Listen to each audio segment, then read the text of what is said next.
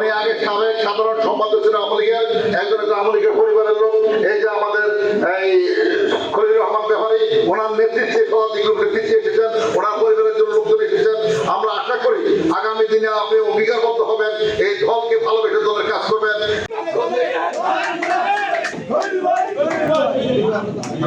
আমার আজ এই বিএনপিতে যোগদান এবং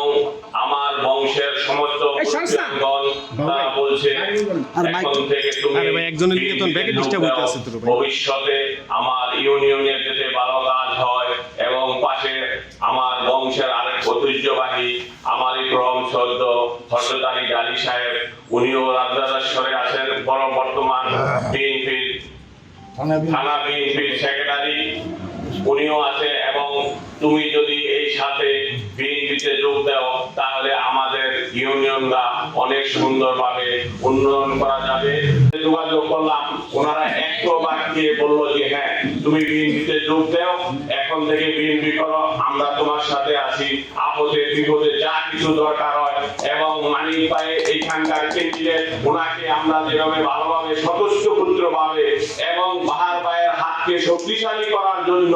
এবং হযরত আলী গাজীর হাতকে শক্তিশালী করার জন্য আমরা কিন্তু রাজনৈতিক শব্দ থেকে তাকে